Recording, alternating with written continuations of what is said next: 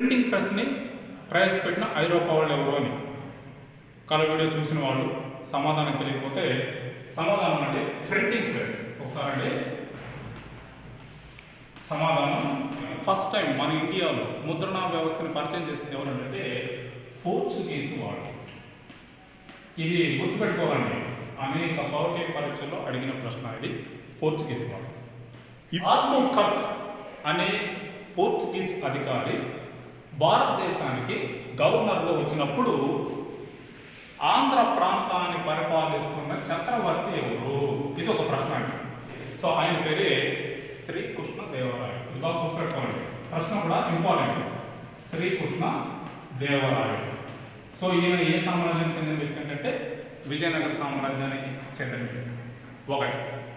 అలాగే శ్రీకృష్ణ దేవరాయలు పరిపాలనలో ఎక్కువగా గుర్రాలను మరియు ఇంజనీరింగ్ వ్యవస్థను ఏ దేశం నుంచి తీసుకున్నాడంటే పోర్చుగీస్ దేశం నుంచి తీసుకున్నాడు. పోర్చుగీస్ వాళ్ళ యొక్క ప్రధానమైన స్థావరాలు చూద్దాం ఒకసారి అండి.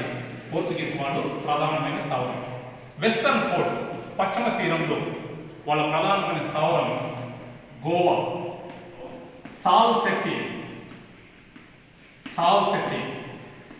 శాంతం.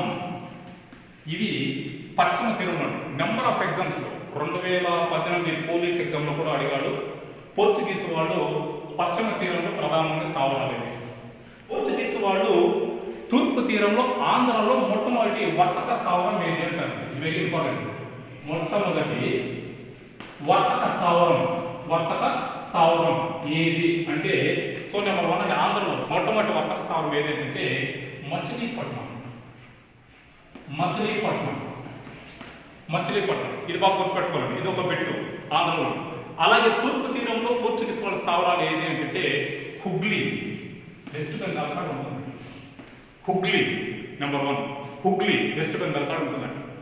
మొన్న జరిగిన ఏపీఎస్సీ గ్రూప్ 2లో అడిగిన పెట్టండి. ఇది నేను పోర్చుగీస్ వాళ్ళు వదిలేసిన తర్వాత చివరి దాకా మిగిలిన ఏకైక ప్రాంతం ఏదంటే గోవా. మనకు స్వతంత్రం వచ్చిన తర్వాత పోర్చుగీస్ వాళ్ళు భారతదేశానికి వదిలి వెళ్ళిపోయారు. దీని తర్వాత రెండవ దేశం ఏదంటే డచ్ దేశం. 1602లో year important, concept important. Dutch United East India Company. Dutch United East India Company అనేది 1602లో ఏర్పాటు చేశారు. వీళ్ళు ప్రధాన స్థావరం, మొట్టమొదటి స్థావరం డచ్ వాళ్ళ ప్రధాన స్థావరం ఏపీలోకి వచ్చారండి. ఫస్ట్ ఏపీలో మచిలీపట్నంలో ఏర్పాటు చేశారు. 1605లో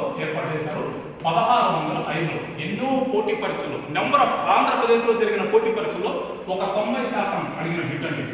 డచ్ వారు మచిలీపట్నంలో ఎప్పుడు ఏర్పాటు చేశారంటే 1605లో. ఫస్ట్ ఎస్టాబ్లిష్ వాళ్ళ సెంటర్ అన్నమాట 1605లో ఏర్పాటు చేశారు. వీళ్ళు ప్రధాన వృత్తి ఏంటి, ఏ కోసం వచ్చారంటే వస్త్రాల వ్యాపారం. మనం పోర్చుగీస్ మనం చూసామనుకోండి, సుగంధ ద్రవ్యాలను మనకు గుర్తొస్తుంది.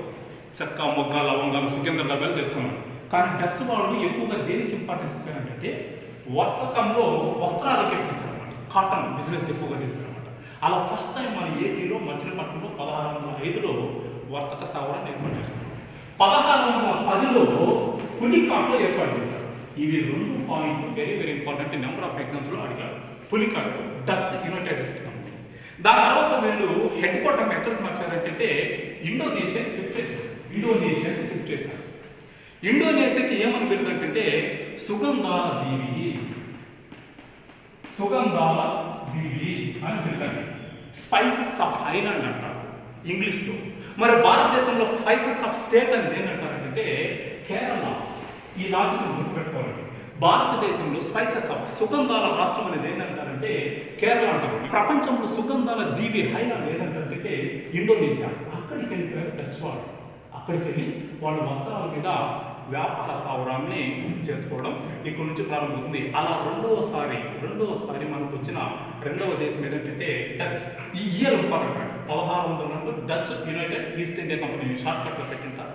Dutch United East India Company అనే ఒక కంపెనీ 1602లో ఏర్పాటు చేస్తారు డచ్ దేశంలో.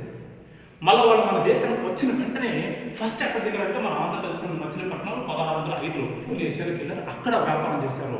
ఆ ఇండోనేషియాకి ఏమని బిరుదంటే సుగంధ దేవి అని బిరుదు, ఎక్కువగా అక్కడే దొరుకుతుంది ప్రపంచంలో. మనకు ఒక బిట్టు, ప్రపంచంలోనే అత్యధిక సుగంధాలు పండించేది ఇక్కడ.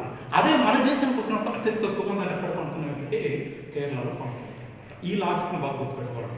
భారతదేశంలో అయితే కేరళ, ప్రపంచంలో అయితే ఇండోనేషియా, ప్రపంచంలో అయితే ఇండోనేషియా. సో దీవి ఇది అనమాట హైలాండ్ ఇండోనేషియా. అక్కడ నుంచి వీళ్ళు వర్తక వ్యాపారం స్టార్ట్ చేయడం జరిగింది అనమాట. సో ఇది